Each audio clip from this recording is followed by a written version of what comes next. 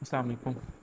अच्छा, मुझसे ना काफ़ी बच्चे ये सवाल कर रहे थे कि ये जो बीएससी का इंग्लिश का एग्ज़ाम होता है इसका तरीकाकार क्या है, और अगर आप ज़रा सी बात ये वीडियो देख रहे हैं तो आप ही इंग्लिश का एग्ज़ाम देने में इंटरेस्ट रखते हैं। तो सीन ये होता है बेसिकली कि एमबीबीएस, फार्म डी, बीएसएन और डीवीएम वाले जो बच्चे हैं ना, ये सेकंड प्रोफेशनल एग्ज़ाम के बाद या सेकंड एनुअल एग्ज़ाम के बाद आप लोग प्रिपेयर हो सकते हैं एक स्पेशल एग्ज़ाम में। तो उससे आपको सिर्फ एक इंग्लिश का पेपर देना होता है और आपको बीएससी की डिग्री मिल जाती है। ठीक है। तो अगर तो आप देखना पूछना चाह रहे हैं कि इसका फ़ायदा क्या है, तो फ़ायदा इसका ये है कि आपकी सीवी में एक चीज़ ऐड हो जाती है। अगर आप बाहर वाले मुल्क में जाना चाह रहे हैं, फ़ॉरेन में, लाइक यूके, यूएसए, तो आपको वहाँ पे कुछ बेनिफिट मिल जाता है इसका, जिससे आपको रिसर्च की वजह से कुछ वो प्रेफरेंस मिल दी जाती है। तो जिन जिन बच्चों के पास ये डिग्री होती है बीएससी की इंग्लिश की डिग्री, तो आपको भी कुछ प्रेफरेंस मिल जाती है बाकियों के ऊपर। इसके अलावा एक और अगर मैं आपको फ़ायदा बताऊँ तो वो ये है कि हमारे हेड ऑफ़ डिपार्टमेंट एक बार सेलेक्ट होना था बायोकेम का ना, तो जिन्होंने दोनों दो थे लोग जो एप्लीकेंट थे, तो दोनों की एक्सपीरियंस, क्वालिफिकेशन सब कुछ इक्वल थी, तो फिर जिसके पास बीएससी की डिग्री थी ना, तो उसे प्रेफर किया गया था। तो इससे फ़र्क पड़ता है। अच्छा, तो अब आप ये एग्ज़ाम दे कैसे सकते हैं? मैंने एक फिर तो पहले आपको बता दिया कि सेकंड प्रोफेशनल एग्ज़ाम के बाद आप अप्लाई कर सकते हैं। तो स्टार्ट कैसे करना है, सबसे पहले आप मैं एमबीबीएस वालों के लिए बेसिकली अभी तो फ़िलहाल बता रहा हूँ, तो बाकी अपने हिसाब से उम्मीद है कि तरीकाकार देख लेंगे। अच्छा, तो सीन ये होता है कि आप यूएचएस की वेबसाइट पे आएँगे। यूएचएस की वेबसाइट पे आके यहाँ से आपने लेना है एनओसी बेसिकली। अगर तो आप लाहौर बोर्ड के हैं तो आपको एक एनओसी चाहिए, और अगर आप किसी और बोर्ड के हैं तो आपको दो एनओसी चाहिए। यहाँ पे एक और भी बात है, मैं आपको बता रहा हूँ इस टाइम पंजाबी यूनिवर्सिटी के लिए, क्योंकि ज़्यादातर लोग पंजाबी यूनिवर्सिटी से एग्ज़ाम अटैम्प्ट करते हैं ना। लेकिन अगर आप किसी और बोर्ड से अप्लाई करना चाह रहे हैं, सपोज़ फैसलाबाद यूनिवर्सिटी से या बीजीयू से, तो फिर आपकी यूनिवर्सिटी जिस बोर्ड बोर्ड के अंदर आती है, तो आपको सिर्फ मतलब जो उस बोर्ड के रहने वाले हैं उनको एनओसी बोर्ड वाला बनवाने की ज़रूरत नहीं है। लेकिन जो बाकी उस बोर्ड में किसी दूसरे बोर्ड में जाके, सपोज़ मुल्तान की यूनिवर्सिटी है और भावलपुर वाले वहाँ जाके बीएससी का पेपर देते हैं, तो उनको वहाँ के लिए भी एनओसी की ज़रूरत पड़ेगी, इवन पंजाब यूनिवर्सिटी के लिए भी ज़रूरत पड़ेगी। ठीक है। तो अभी जो हमें सबसे पहले एक तो एनओसी चाहिए यूएचएस का। इसके लिए आप डाउनलोड्स पे आएंगे, इसका वैसे मैं लिंक वहाँ पे भी ऐड कर दूँगा, आपके पास शो हो जाएगा डिस्क्रिप्शन में। ठीक है। इसमें सबसे पहले एक तो आपने धोखा नहीं खाना, ऊपर एक जगह पे एनओसी लिखा हुआ है, ये वाला लिंक आपको नहीं चाहिए। आपको चाहिए यहाँ पे है ये वाला, application form for duplicate DMC और transcript verification for DMC proforma, ये वाला। ठीक है। जब आप इसको ओपन करेंगे तो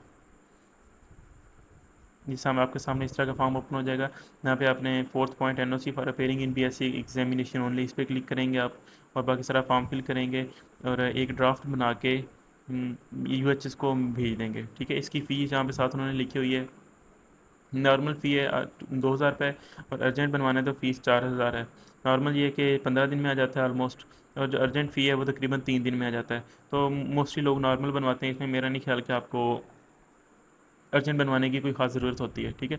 ये सबसे पहले तो आपने यूएचएस वाला एनओसी बनवा लिया। अब इसके साथ आपको ज़रूरत है बोर्ड वाले एनओसी की, वो अमूमन एक दिन में बन जाता है। मैंने बाईस मुल्तान से बनवाया था, मेरी फ़ीस लगी थी तकरीबन 2650 रुपये। तो आप लोग ये देख लीजिएगा, अपने बोर्ड से पता कर लीजिएगा कि वहाँ पे एनओसी की क्या फ़ीस है, आपने पंजाब यूनिवर्सिटी के लिए बनवाना है एनओसी। ठीक है। उसके बाद आप लोग आ जाएंगे रजिस्ट्रेशन के लिए। सबसे यूनिवर्सिटी ऑफ पंजाब का मैं क्योंकि आपको बता रहा हूँ तो मैं इसी को एक्सप्लेन करूँगा आगे। अच्छा, तो यूनिवर्सिटी ऑफ पंजाब के लिए ये जो लिंक है ये मैं चला डिस्क्रिप्शन में भी ऐड कर दूँगा। इसके ऊपर आपने आना है, तो यहाँ पे आप देख सकते हैं कि रजिस्ट्रेशन की फ़ी, सिंगल फ़ी के साथ अगर आप रजिस्ट्रेशन करेंगे तो ये है 5280 रुपये। ठीक है।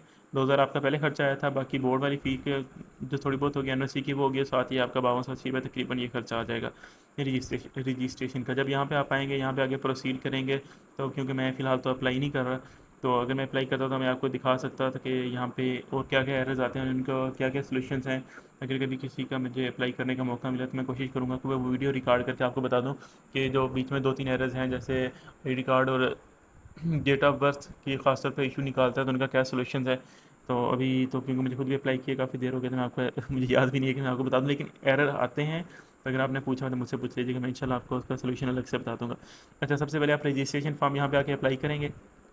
सारा अप्लाई करने के बाद आपके पास एक वो आएगा कि वाउचर प्रिंट करें या चालान फॉर्म प्रिंट करें। वो प्रिंट करके आप ये पे करेंगे, तो उसके बाद जो चालान फॉर्म का नंबर होता है वो आप उसके अंदर ऐड करेंगे, जिस डेट को आपने पे किया वो ऐड करके फिर जो रजिस्ट्रेशन फॉर्म ये कंप्लीट है इसका टोटल का प्रिंट आउट निकालेंगे। प्रिंट आउट निकालने के बाद उसके साथ जो डॉक्यूमेंट्स उन्होंने रिक्वायर किए होते हैं, उनमें डोमिसाइल होता है, आपका मैट्रिक एफएससी के रिजल्ट कार्ड होते हैं, और आपका पहले 2 साल का जो प्रोफेशनल एग्ज़ाम हुआ है उसके रिजल्ट कार्ड आपने अटैच करने होते हैं, और एनओसी साथ अटैच करने होते हैं। ठीक है, बेसिकली ये चीज़ें आपने साथ अटैच करके भेज देनी होती हैं। एनओसी की कोशिश कीजिएगा, इन केस आपको ओरिजिनल ना मांगे तो आप कॉपी ही अटैच कीजिएगा, क्योंकि नहीं, लेकिन इन्होंने यहाँ पे ओरिजिनल एनओसी मांगा हुआ है, आप देख सकते हैं, तो आप ओरिजिनल एनओसी ऐड करेंगे उस केस में। ठीक है, एनओसी आपने ऐड कर दिया, इसकी इस सब के बाद आपने ना, तो जो रजिस्ट्रेशन फॉर्म निकलेगा, प्रिंट होगा, उसी के ऊपर एड्रेस लिखा होता है एक, तो उसी एड्रेस के ऊपर आपने उसको डाक के ज़रिए भेज देना है, टीसीएस कर दीजिएगा बेशक। ठीक है, तो जब आप भेज देंगे तकरीबन विद इन 2 to 3 मंथ्स आपको ना एक रजिस्ट्रेशन फॉर्म रिसीव होगा, तो वो कुछ इस तरह का होता है। ठीक है, ये बच्चे का नाम मैंने ब्लर कर दिया, लेकिन वो इस तरह का आपका रजिस्ट्रेशन नंबर एक लाट होता है, जिस तरह ये 2023 G 183। तो अब क्योंकि अब तक आपका अकाउंट बन चुका है और आपको रजिस्ट्रेशन कार्ड रिसीव हो गया, तब आपने आना है एग्ज़ाम के लिए अप्लाई करना है। ठीक है, ये है एग्ज़ाम के लिए अप्लाई करने के लिए। तो यहाँ पे आप अपना यूज़र नेम और पासवर्ड डाल के लॉगिन करेंगे। अगर आपने नहीं अकाउंट बनाया हुआ तो ज़ाहिर सी बात है, प्राइवेट कैंडिडेट जो हैं आप, तो आप साइन अप करेंगे। प्राइवेट कैंडिडेट यहाँ पे आ जाएंगे, इधर मैं आपको तरीका बता दूँ। प्राइवेट कैंडिडेट पे जब आएंगे ना, सबसे पहले आपको ऑप्शन ये मिलेगा, associate degree in art science special categories for MBBS BDS, जब फाजिल नर्सिंग व फाकुल मदारस, ये उनके लिए भी यही सेम एग्ज़ाम है। चलें, ये भी मुझे भी नई चीज़ पता लगी। अच्छा, इसकी फ़ी फ़िलहाल चल रही है 6,920 रुपये, रेगुलेट फ़ी है 7,970 रुपये। अभी 2023 वाले एग्ज़ाम की डेट आ रही है यहाँ पे आपके सामने, कि ये 13 मार्च को स्टार्ट हुआ और एंड डेट 2 जून है 2023 वाले की। ठीक है, सॉरी, अच्छा हाँ, ये मैं आपको डिफरेंस बता दूँ। ये जो 6,920 है, ये है ADA यानी एसोसिएट डिग्री ऑफ आर्ट्स की, और जो 7,970 है, ये है associate degree of science. Associate degree of science से आपको बीएससी की डिग्री मिलेगी, और एसोसिएट डिग्री ऑफ आर्ट्स से आपको BA की डिग्री मिलेगी। ये फ़र्क होता है इन दोनों में। तो फिर ये डबल फीस, और ये अभी वीकली लेट फ़ी इन्होंने ऐड नहीं किया। ठीक है, जब आप यहाँ पे आएंगे, फिर आप लॉगिन करके यहाँ पे जाके आप एग्ज़ाम के लिए अप्लाई कर देंगे। सेम तरीका होगा भाई, इसमें भी फिर आप एग्ज़ाम की फ़ी जो ये है, ये आप पे करेंगे, और साथ जो फॉर्म प्रिंट होगा उसके साथ अगेन आपको डॉक्यूमेंट्स अटैच करने होंगे, और फिर आप दोबारा भेज देंगे पंजाब यूनिवर्सिटी को, जिस तरह आपने पहले भेजा था रजिस्ट्रेशन के टाइम पे। ठीक है, जब आपने ये सब कुछ भेज दिया, तो आपको पंजाब यूनिवर्सिटी की तरफ से एक रोल नंबर स्लिप मौसूल होगी। मीनवाइल आपको जो डेट है अप्लाई करने, सॉरी, एग्ज़ाम की पता लग चुकी होगी, तो आपने उस हिसाब से एग्ज़ाम की प्रिपरेशन कर लेनी है। तो अब मैं आपको थोड़ा सा एग्ज़ाम के बारे में बताता हूँ। एग्ज़ाम के लिए सबसे पहले तो आपने बुक कौन सी पढ़नी है। ठीक है, ये आप देख रहे हैं एग्ज़ाम के लिए बुक है, ये रिकमेंडेड है, to the point English guide for associate degree of science BSc by professor Aftab Ahmad. अच्छा, मैंने कुछ बुक्स देखी हैं, सेम नेम है, सेम सब कुछ है, लेकिन कोई थोड़ा बहुत चक्कर दिया था, जैसे ये BSc वालों के लिए स्पेशल है, लेकिन उस पर ये मेंशन नहीं है क्या होता है, कोई ना सेम आथर होता है, लेकिन वो बुक डिफरेंट होती है, उससे आप ठीक मतलब लाइक उसमें इवन चैप्टर भी डिफरेंट होते हैं, तो आप ठीक से तैयारी नहीं कर पाते। ठीक है, मैं आपको इसलिए ये बुक कवर पेज दिखा रहा हूँ। ये है 2020 का 21 का है, तब तक हो सकता है कवर पेज चेंज हो जाए, लेकिन आपने सारी डिटेल्स मैच कर लेनी है कि बुक आप यही ले रहे हैं या कोई और। अब बेसिकली टेक्स्ट बुक नहीं है, ये गाइड बुक है। इसका फ़ायदा ये है कि आपको पास पेपर भी इसी में मिल जाएंगे, और इसके अलावा आपको लाइक सारी क्वेश्चंस के आंसर्स और सब कुछ इसमें मिल जाएगा। मैं आपको मज़ीद आगे दिखा देता हूँ। मैंने कुछ पिक्चर्स लिए हैं ताकि आप लोगों को दिखा सकूँ। अब देखें, इसके अंदर ना ये सबसे पहले कंटेंट्स आ गए हैं इस बुक के, जिसमें आपको चैप्टर्स दिखा रहे हैं, चैप्टर 1 2 3। इससे पहले हम देख लेते हैं हमारा पास्ट पेपर पेपर में होता क्या है। ठीक है, तो अब ये देखें, पेपर के बेसिकली 2 सेक्शन है, सेक्शन 1 एंड सेक्शन 2। सेक्शन 1 में क्या है, ये आप देख सकते हैं कि एक क्वेश्चन है, उसके 2 पार्ट हैं। क्वेश्चन नंबर 2 है, 2 पार्ट है। क्वेश्चन 3 2 पार्ट है। 4 है, 2 पार्ट है। इन 4 क्वेश्चन में से आपने 2 अटैम्प्ट करने हैं। सपोज आप 1 और 2 अटैम्प्ट करते हैं, इनमें से जो 2 पार्ट हैं, आपने दोनों को अटैम्प्ट मतलब ये कि आंसर करना है। तो नॉर्मली होता है ये कि पहले 2 पार्ट जो हैं, पहले 10 टोटल 20 चैप्टर्स हैं। मैं अभी आपको दोबारा दिखा देता हूँ। जो पहले 10 चैप्टर, उनमें से पहले 2 पार्ट आने हैं। उनमें से भी पहले 5 में से ए और बी, फिर अगले 5 में से दूसरे क्वेश्चन नंबर 2 के ए और बी। इस तरह पेपर आता है ना नॉर्मली। लेकिन हमारी दफ़ा ऐसा खैर नहीं हुआ था। हमारी दफ़ा जो 4 पार्ट है, चारों के चारों पहले 5 चैप्टर में से आ गए थे, तो हमारे लिए काफ़ी आसानी हो गई थी। ठीक है, इसके मार्क्स की डिस्ट्रीब्यूशन आप देख सकते हैं, 15 और 20, 25 नंबर का एक क्वेश्चन है, फिर 25 नंबर का दूसरा क्वेश्चन है, 50 नंबर का आपका सिर्फ सेक्शन 1 है। तो अब सेक्शन 2 पे आ जाएँ। ये अभी इसमें है रिपोर्ट, क्या रिपोर्ट लिखनी है आपने as an editor of a leading newspaper on a one piece process, 10 number की। हमारी दफ़ा यहाँ पे रिपोर्ट नहीं थी, हमारी दफ़ा आई थी एप्लीकेशन एक। ठीक है, ये बहुत ईजी है। उसके बाद जो ऐसे है 15 नंबर का, ज़ाहिर सी बात है अब आप लोगों के लिए इसमें क्या मुश्किल है ऐसे लिखना। फिर ये कंप्रीहेंशन वाले आ गए, जिसमें आपने पैराग्राफ है और क्वेश्चंस के आंसर लिखने हैं। मेरे ख्याल में इसमें आपके लिए कोई मुश्किल नहीं है। अगेन 15 नंबर का ये है बेसिकली ना। तो अगेन ये बहुत ईजी हो गया आप लोगों के लिए। उसके बाद फिर एंड पे ट्रांसलेट इनटू इंग्लिश हलवा। ठीक है, अब देखें जो नीचे वाला 50 नंबर है, ये तो आप लोगों के लिए तकरीबन बहुत इजी हैं। अगर ये, हाँ, इनकेस रिपोर्ट आता है तो आप लोगों को हो सकता है रिपोर्ट लिखनी ना आए। मैं आपको इसका भी आगे दिखा देता हूँ कि रिपोर्ट किस तरह लिखनी होती है। तो बाकी 40 नंबर का, और आपने पास होने के लिए 33 लेने होते हैं। अगर आप यही अच्छे से अटैम्प्ट करें ना, आप इजीली पास हो सकते हैं। लेकिन ऑब्वियसली वो उनको जो पता होता है ना कि एमबीबीएस के बच्चे एग्जाम दे रहे हैं, तो वो बहुत ही गंदी किस्म की चेकिंग करते हैं। मैं आपको अगर अपना एक्सपीरियंस बताऊं, तो जब मैंने पेपर दिया था ना, तो मुझे डर लग रहा था कहीं मेरी पोजीशन ना आ जाए इसमें। और जब रिजल्ट आया था तो मेरे सिर्फ 41 मार्क्स थे। तो मुझे नहीं समझ आया उन्होंने क्या किया, लेकिन वो इसी तरह करते हैं। कोई उनका तुक समझ नहीं आती उन्होंने किस तरह चेकिंग की है। तो मैं आपको चैप्टर दिखा देता हूँ बेसिकली। ये आप देख सकते हैं कंटेंट्स में चैप्टर 1 2 3। अब इनमें आप देख सकते हैं उन्होंने क्या क्या चीज़ एक्सप्लेन की हुई है। बल्कि मैं आपको आगे ना एक सैम्पल दिखा देता हूँ, जिन्होंने आगे बताया कि कौन कौन से साल के अंदर ये चीज़ पूछी गई है। फिर यहाँ पे कौन सी चीज़ पूछी गई है, ये आपको सर ये साल बाय साल साथ साथ नज़र आ जाएगा। तो अगर मैं आपको आगे दिखा सकूँ, तो ये सारे मैंने कंटेंट्स के सारे पेज ऐड किए ताकि आपको पता लग जाए कि क्या क्या चीज़ें हैं इसमें। अभी ये टोटल 20 चैप्टर्स हैं। ये 12 हो गए। आई थिंक ये पेज यहाँ पे मिस हो गया डाउनलोड होते हुए ना, तरतीब आगे पीछे हो गई। अच्छा, ये 20 चैप्टर हैं टोटल। ठीक है, तो इन 20 में से आपके पहले 4 क्वेश्चन आने हैं, जिसका मैंने तरीका आपको बता दिया कि पहले 10 में से अमूमन पहले 2 आते हैं, फिर अगले 10 में से अगले 2 क्वेश्चन आते हैं। और फिर उनमें भी पहले 5 में से एक क्वेश्चन पूरा आएगा, उसके 2 पार्ट, उन जो 2 पार्ट हैं उनमें से पहला पार्ट पहले दो 2 या 3 में से एक पार्ट आएगा, फिर अगले 2 या 3 में से दूसरा पार्ट आएगा। ये बेसिकली जो है ना, डिस्ट्रीब्यूशन बनती यही है। लेकिन वो करते अपनी मर्ज़ी हैं, उसका हम कुछ नहीं कर सकते। यूएचएस का भी हम कुछ नहीं कर सकते, इनका भी कुछ नहीं कर सकते। तो अच्छा, ये वही जो पीछे मिस हो गए थे तो वो आगे आ गए। इनमें जो क्वेश्चन आते हैं ना, ज़्यादातर आपने नोट किया होगा क्वेश्चन पेपर में, ये राइटर का नेम के हवाले से पूछा जाता है। इवन आपको चैप्टर भी अक्सर नहीं बताया जाता। इसमें तो बताया ना, दी डैम्ड ह्यूमन रेस, लेकिन वहाँ पे ऐसा नहीं बताया जाता। तो वहाँ पे इवन सिर्फ राइटर का नाम होता है, और आपने उसके हवाले से आगे उसको आंसर करना होता है कंप्लीट। तो मैं आपको आगे एक चैप्टर की एग्जांपल दे देता हूँ। ये चैप्टर है the damned human race by Mark Twain. इसका सबसे पहले इन्होंने ना उर्दू में खुलासा लिखा हुआ है। और इसलिए बताऊँ तो मैंने ना पहले 4 चैप्टर्स का सिर्फ उर्दू वाला खुलासा ही पढ़ा था। मैंने इंग्लिश में कुछ भी नहीं पढ़ा, और मैं सीधा पेपर में बैठ गया था। और फिर भी मुझे सारे आंसर आते थे। लेकिन शायद इंग्लिश में पढ़ना चाहिए था, इसलिए उन्होंने मार्क्स कम दिए हैं। कोई रीज़न होगी। चलें, खैर क्या कह सकते हैं।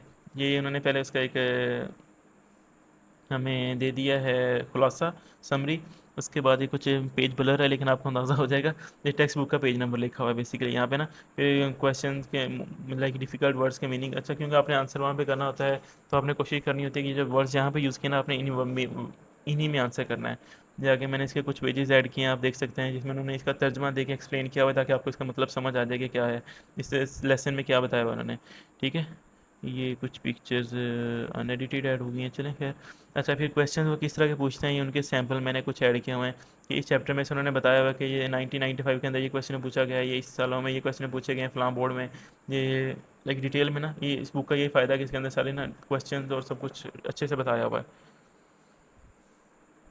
देखें, जैसे ये क्वेश्चन है ना, इन्होंने इसके आगे आंसर भी ये सारे बताए हुए हैं कि इन इन क्वेश्चन के ये आंसर बनते हैं। मैंने फिर कुछ कुछ पेजेस ऐड किए हैं, आपको क्वेश्चन नंबर दे के आइडिया हो रहा, सॉरी पेज नंबर दे के आइडिया हो रहा, कि मैंने सब पेजेस नहीं ऐड किए। लेकिन इन्होंने अच्छे से आंसर किया हुआ है इस बुक वाले ना। तो आप ये बुक ले सकते हैं, आपको अच्छा फ़ायदा होगा। अच्छा, फिर जो था ट्रांसलेट इनटू इंग्लिश, ये वही है ना। हाँ, वही सिंपल पैराग्राफ है, आपने इसको इंग्लिश में ट्रांसलेट करना है। इन्होंने इजी बच्चों को समझाने के लिए कुछ वोकैब के पॉइंट्स ऐड कर दिए हुए हैं, ताकि अगर बच्चे किसी चीज़ में कंफ्यूज हो रहे हैं तो आपको आसानी हो जाए। ये काफ़ी सारे हैं, मैंने आपको सिर्फ एक दो पिक्चर्स ऐड किए हैं समझाने के लिए। अच्छा, ये पिछली पिक्चर दोबारा आ गई, वो जो एक चैप्टर था ना, उसी के एक्सपेक्टेड क्वेश्चन कुछ उन्होंने एक्स्ट्रा भी लिखे हैं, कि अगर इनकेस पास में से नहीं आता तो कुछ ये आ सकते हैं, तो आपकी आसानी हो जाएगी। ये वही पैराग्राफ उर्दू टू इंग्लिश वाले आ गए आपके सामने।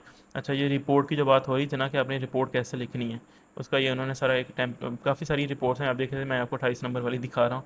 तो उसका उन्होंने सारा दिखाया हुआ है कि ऊपर आपने किस तरह लिखना है, सब्जेक्ट, फॉर्म, सर, इंट्रोडक्शन, और ये सारी चीज़ें, सब कुछ आपने किस तरह लिखना है एक्सप्लेन किया हुआ है। फिर ये एक, ये है कंप्रीहेंशन का पैराग्राफ, एग्जांपल के तौर पे आपको लोगों को दिखाया, लेकिन आप लोगों को कंप्रीहेंशन का अच्छे से पता है, आप लोगों ने पहले पेपर दिया हुआ है। तो आगे चलते हैं। अच्छा, ये रिपोर्ट का सेकंड पेज आ गया। असल में जब मैंने सब पेजेस इकट्ठे डाउनलोड किया ना, तो पेजेस आगे पीछे हो गए।